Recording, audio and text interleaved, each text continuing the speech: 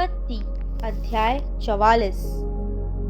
तब उसने अपने घर के अधिकारी को आज्ञा दी, इन मनुष्यों के बोरे में जितनी भोजन वस्तु समा सके उतनी भर दे और एक एक जन के रुपए को उसके बोरे के मुंह पर रख दे, और मेरा चांदी का कटोरा छोटे के बोरे के मुंह पर उसके अन्न के रुपए के साथ रख दे।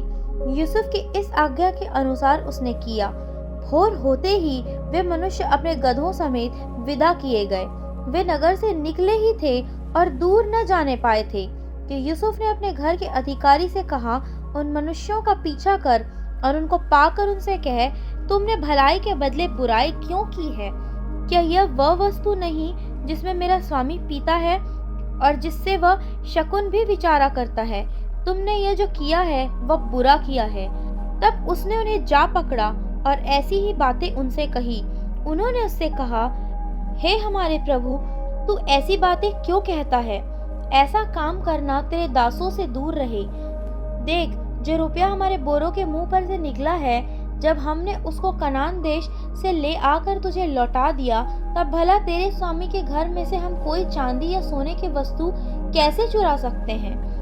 तेरे दासों में से जिस किसी के पास वह निकले वह मार डाला जाए और हम भी अपने उस प्रभु के दास हो जाएं। उसने कहा, तुम्हारा ही कहना सही, जिसके पास वह निकले वह मेरा दास होगा और तुम लोग निरपराध ठहरोगे। इस पर वे जल्दी से अपने अपने बोरे को उतार भूमि पर रखकर उन्हें खोलने लगे। तब वह ढूंढने लगा और बड़े के बोरे से लेकर छोटे के बोरे तक खोज की और कटोरा बिन्यामीन के बोरे में मिला। तब उन्होंने अपने अपने वस्त्र फाड़े और अपना गधा लाद कर नगर को लौट गए। जब यहूदा और उसके भाई यूसुफ के घर में पहुंचे और यूसुफ वहीं था, तब वे उसके सामने भूमि पर गिरे। यूसुफ ने उनसे कहा, तुम लोगों ने यह कैसा काम किया है? क्या तुम न जानते थे कि मुझसे मनुष्य शकुन विचार सकता है? यहूदा ने कहा, हम लोग अपने प्रभु से क्या कहें? हम क्या कहकर अपने को निर्दोष ठहराएं? परमेश्वर ने अपने दासों के अधर्म को पकड़ लिया है। हम और जिसके पास कटोरा निकला वह भी, हम सब के सब अपने प्रभु के दास ही हैं। उसने कहा, ऐसा करना मुझसे दूर रहे। जिस जन के पास कटोरा निकला है वही मेरा दास होगा, और तुम लोग अपने पिता के पास कुशल क्षेम से चले जाओ।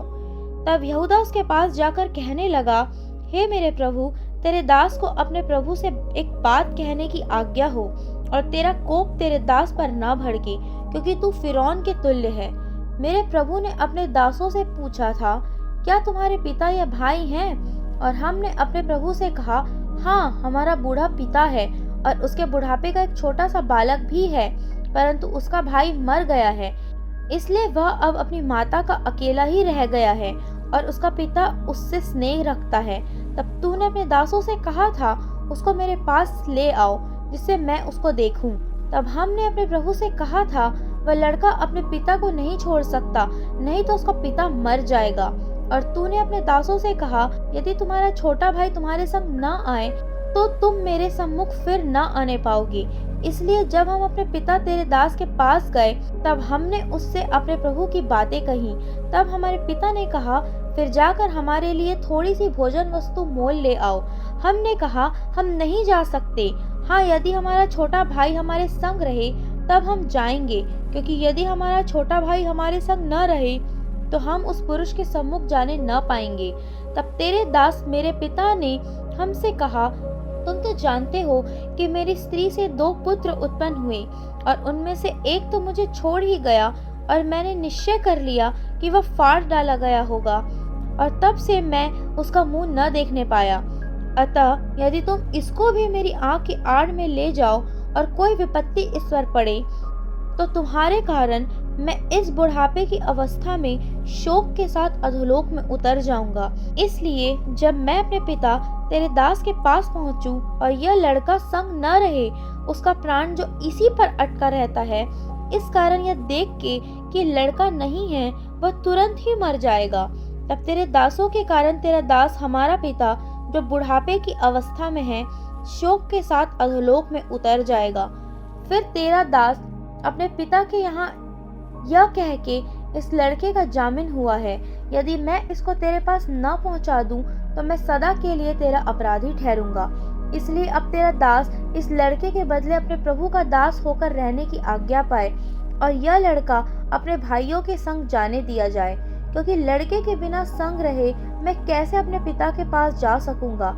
ऐसा न हो कि मेरे पिता पर जो दुख पड़ेगा वह मुझे देखना पड़े।